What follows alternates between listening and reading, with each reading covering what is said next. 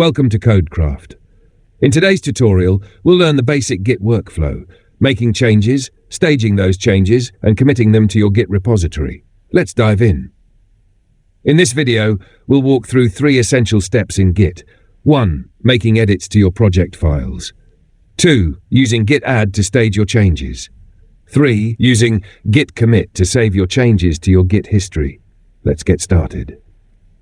To begin, let's open one of the project files you're working on.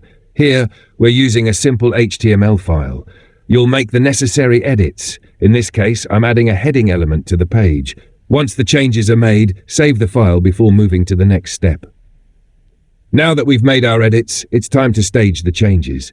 Staging in Git means preparing the file to be committed. First, we use the git status command to check which files are modified. Then we can use git add file name to stage a specific file, or git add bot to stage all modified files at once.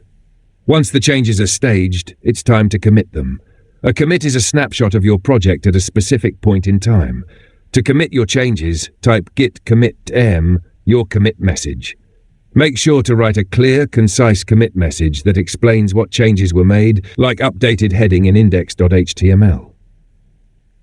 Writing good commit messages is key for a well-organized repository. A good commit message starts with a short, clear summary of what was changed. If necessary, you can provide further details in the body of the message. For example, fixed bug in header navigation is clear and to the point. To review the commit history, you can use the git log command. This will show you all previous commits, including the commit ID, author, date, and message. This is especially helpful when you want to track changes or roll back to a previous version of your project. And that's it. You've now learned how to make changes, stage them, and commit them in Git. In the next video, we'll cover how to push these changes to GitHub.